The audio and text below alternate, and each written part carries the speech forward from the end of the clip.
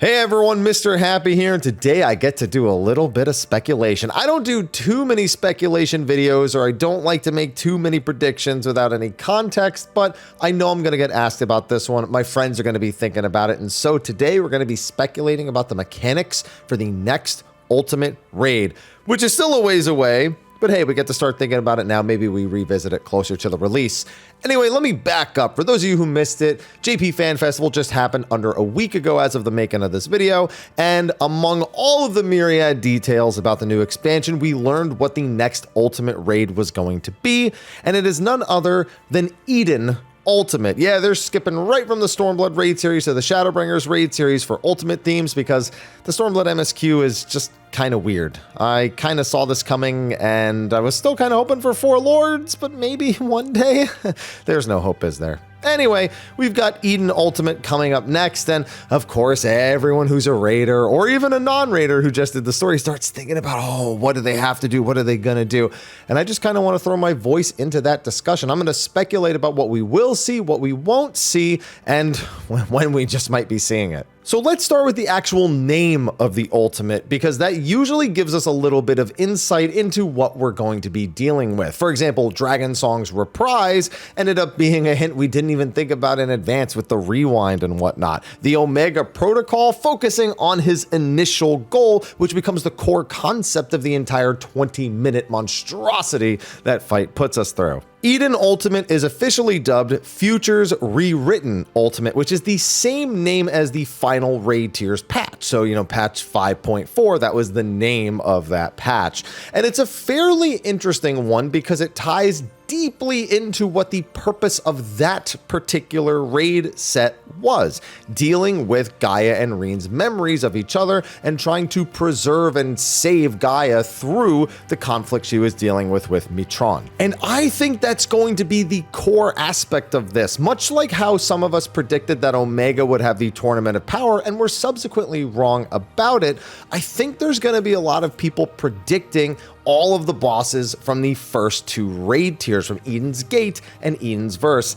And I'm not gonna lie, I think almost all of them are going to be absent. There's at least one that will certainly be there, but 6 or 7 of them may not appear in any of their own phases. I guess I need to be a little bit more clear about that, and I'll dive a little bit deeper into it, but I don't think we're going to have like an entire phase against Titan or an entire phase against any of the primals except potentially Shiva, because Shiva's kind of an important character. It is Reen, after all, the Oracle of Light. I just think they'll really want to keep us focused on the story of Reen and Gaia, which just takes place near the end. A lot of it's just setup and teasers up to that point. So yeah, no Void Keeper. I think at least 5 of the 6 primals will not be actual phases. I don't think Shadow Keeper or the birds either. And I'm not even entirely sold on one that should be a shoo-in, but I'm just not convinced. And that's in that of Eden Prime itself. Now, don't get me wrong, for a first boss or even potentially a door boss if they want to go that route again,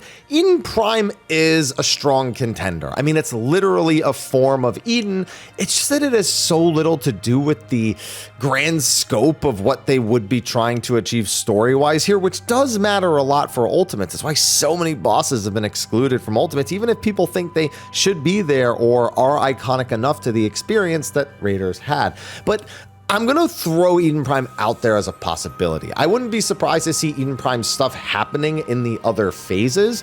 I just can't give it my full 100% stamp of approval, and that actually stands for one other boss that could happen fairly early also, in that of Fatebreaker. So let's cut this down. Eden Prime kicks off the entire raid sufficiently. Eden could make it in. I think the Final Fantasy VIII OST for the first phase would be a good choice, and of course, the special attack. I mean, it is literally Eden's special attack, but it could easily be incorporated into another phase of the encounter. Also, they definitely shouldn't have the cutscene for that, unless it's the cutscene into the final phase, and even then, I'm not really convinced it's a good idea, and I'm hoping they also don't think it's a good idea, because that was a major complaint. And while the cutscenes in certain phases, they're nice for resets, I don't think, especially if it's a first phase, no one's going to want to sit through that every single time. So I think they just need to incorporate the animation itself, maybe into the background, maybe into just the raid wide hitting the arena, but not all that nonsense. And for Fatebreaker, I refuse to write him off because he's deeply tied to Reen's memories. It's made of Reen's memories, which again, I think is just going to be a core theme. So writing him off would be a mistake. Besides, I really think a Fatebreaker and Shiva phase for that like Thanjeet and Reen vibe, like them teaming up in some capacity if she goes crazy when she's Shiva, I think that's a pretty cool concept, especially if they want to explore how much Mitron is actually kind of manipulating things here. How big of a role do they play? Do they continue to play a role after Eden's Promise is actually defeated, who will no doubt be one of the bosses, or are they going to take a different route with that? That's a big mystery, but it's something that we have to at least put on the table. Now, what I think is another reasonable first phase, but I'm more inclined to think there'll be a second or third phase, is actually Eden's Promise themselves, the E12 Phase 1 boss. It's really hard to say exactly how they want to approach this because Eden's Promise has the potential to be kind of a monster phase, like a 4, 5, 6 minute ultimate phase, because there is just so much packed into this individual boss. I mean, I really expect them to incorporate a lot more of the primal mechanics through the junctioning that they do. I mean, there's Titan's Car, there's Shiva's Mirrors, there's Ifrit's Uppercuts. I mean, can you imagine the trios in Justin Eden's Promise phase without any sort of, oh, look, all the Omegas are teaming up, or all of the dragons in Yukab are teaming up. Eden's Promise has the room to just be its own trio phase, much like Thornton was with the Knights.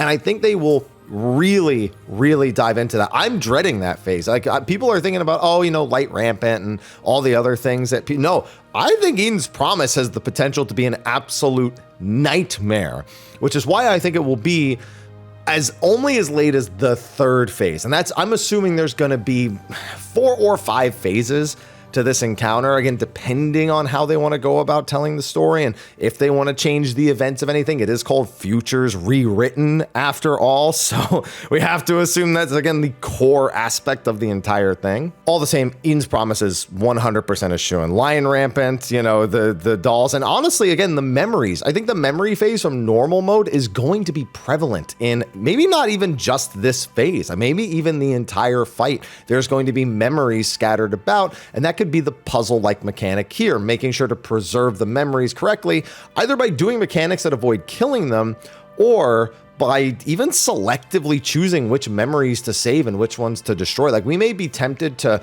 save certain memories or not worry too much about them, but I think that it's just, the ceiling, I don't know if you guys can hear my cat meowing in the back. I think the ceiling for this is kind of just really high. Now, I mentioned earlier that Shiva 100% going to be there. I think it's also fair to say the Oracle of Darkness, or Ultimatia's stand-in Gaia's phase from P12 Phase 2, is also a shoo-in. I think it would be a huge missed opportunity. This is a must-have phase. They need an Oracle of Light and Dark phase at the same time. Having both of the oracles is one of the initial intrigues of the story, and the unique positions that Reen and Gaia hold is a big part of their bonding process. So I think that has to happen. We have to have a dual oracle phase where both of them are fighting us at the same time. And besides, we all expect Light Rampant and Advanced Relativity at the same time, or like APOC stuff, APOC and, Worm's Lament. And like, there's so many possibilities with those two being combined that I could just start naming things and all of those combinations end up making sense, I think. And then, of course, there's got to be a secret phase. And again, I think that the memories are going to be key, whether it's a really easy one to solve or one that's a little bit more complicated is a bit of a mystery. I think it's going to be more akin to T, where there's like one thing that you could possibly do different and it's kind of obvious, but you may talk yourself out of doing it in the end. If anything, it might be like that, but it might be a little more obvious, like DSR is. Like when Thornton, kneels over and then you spare him, almost everyone figured that was going to be something required. It was just like an automatic assumption. And so I think we're going to have another one of those automatic assumptions here, but it's still going to be a matter of choice by the player whether or not they do or don't do a specific thing that allows you to even get to this point. I don't think it'll be as technical as like Omega with the, jumping debuffs to try to make sure everyone ends up at 3, unless there's like a memory preservation debuff that comes in from, again, sparing some memories or letting some memories die and focusing on the correct memories, etc., etc. But I think the last phase is going to be like a magical girl combination here where Reen and Gaia combine, potentially with Reen trying to make sure that you can actually save Gaia at the end of this. It's worth remembering that in the final fight in Savage mode, when Gaia is completely overcome by Logriff, and, they wake up and they realize who they once were. And Gaia's just kind of gone from her consciousness at this point. She dies at the end of E12. You don't like save Gaia. It's not like a happy story because all of it came from how Mitron kind of wishes it would be. It's from a crystal that's composed of his thoughts. But if that's completely absent, then all of a sudden it just becomes about Reen trying to save Gaia from just perishing as Logriff. So what that actually ends up culminating into, I think, is a bit of a mystery. But I mean, I feel like it's got to have some like really on the nose name like Eden's Future or something like that. It's gotta play like right into what the name of the ultimate is. At least I feel like it is. But whatever it is, it's gonna determine the name of the title, I think. Like if it's Eden's Future, it's gonna be called something like Future Legend or whatever not. Or there's a lot of legend titles that could go. But at this point, trying to guess what the legend title is almost kind of like a joke. So I'm not gonna take that part of this all too seriously. Regardless, in terms of final phase mechanics to guess, I mean, what? X's, stack AoEs, and raid wides that you need to mitigate and heal. I mean, that's kind of what all the final phases are, so I feel kind of lame predicting it.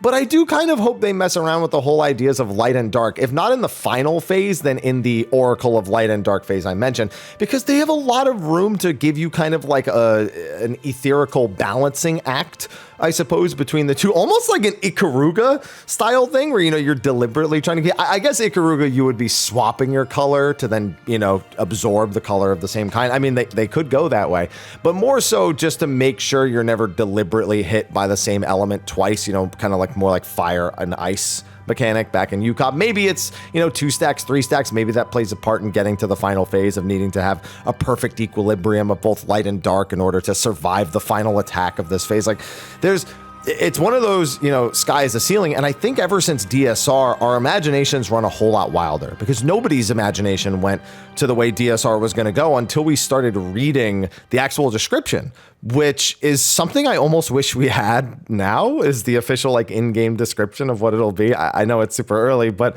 we can make a whole lot more predictions if we actually had that little paragraph of text because it told us so much about the last several ultimates and what the core concept of them was going to be. But I could imagine, like Gaia jumping to spots with APOC and it creating X's from that spot, but then like jumping to multiple spots with multiple X's going off at like different timings while one other AoE comes out to dodge or something like that. That's within reason, I feel like, and it's just stack mechanics. I mean, again, it's all there. But yeah, the whole light and dark thing, I really do hope takes place here. Either way, this is an ultimate that I have been both excited about since ultimates really became a thing and Eden became a thing, when I had both things on my mind. It's also one that I'm dreading. Now, the last expansion's ultimates are really good, depending on who you ask, especially about Omega. But DSR kind of raised the bar for what an ultimate could do, what it was designed to do, but it also in a lot of ways pushed the limits, and Top continued to push those limits. And there was a lot of burnout, there was a lot of concern, especially over the actual release schedule, and this is a discussion that will definitely be had and is already being had over the next several months, for almost a year. We probably won't see this until November or December. It depends on the release date. Essentially, when they give us the release date for Dawntrail, add 19 weeks, and then I think it's add another week or two. I think it's another 2 weeks for Ultimate. So essentially add 21 weeks to the launch schedule and you'll get the date for this. But we're looking at like a holiday Ultimate here. And I could think of no better way of spending my holidays than this. I think the further we get into the ultimates, the further into the game, the better their ideas are and the better designed the base mechanics are for these encounters, that we keep kind of going on this upward trend. You know, not every fight needs to be harder than the last. That's true in Savage, that's true in Extremes, and it's true in Ultimates as well. But that's not the way that it's trended as of late, and I am thinking, and I'm very afraid, that Eden will be harder than DSR and Top. I've just got no reason not to believe that. What I'm actually expecting, like in my soul, I'm like, no, this is the right kind of ultimate to have like a T level difficulty, like a 17 to 18-ish minute fight with stuff that's definitely technically difficult to pull off, but is not so crazy overwhelming like stuff like DSR and Top can be. That being said, that's what my gut's telling me. What my brain is telling me is that this is going to be another 20-minute monster, and it's going to be way more than I've even projected to you here. Like, in my head, it's no more than 5 phases, but there's a lot they could pull out. Like, if they really want to go the extra mile with some of this stuff, they can make this absolutely terrifying. And all of you can think of ways to make it happen. I mean, we're all masochists. Even those of us who don't do Ultimate start thinking about this and just start making literally the worst case scenarios that could possibly exist. And even those end up being underestimations when it comes to Ultimate almost all the time. So I'm scared. I'm genuinely scared. I want more challenging experiences. You know, I am someone who has the ability to do so, but I have witnessed so many people fall and crumble, lose interest in the game, and just be so overwhelmed by what DSR and Top put them through. And I don't want them to not beat Ultimate, because most of them are capable of doing it. It's just the experience that they're getting into, and finding the right group for this can be a discouragement.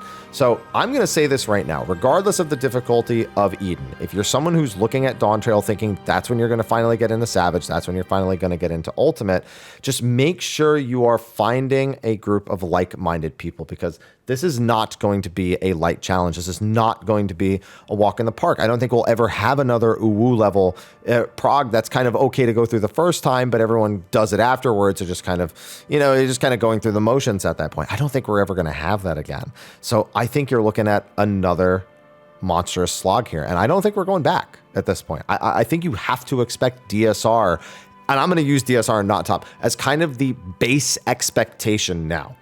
So if you see that and that looks like a lot to you and you're thinking you need to get ready, then try to get that experience before going into this one, because I promise you it helps the mental, it helps just get you prepared emotionally for what you're going to go through, because Ultimate is not just another raid. It is in every way mental, physical, and emotional exhaustion put to its maximum test in Final Fantasy XIV. It could be weeks before you clear it, it could be months before you clear it.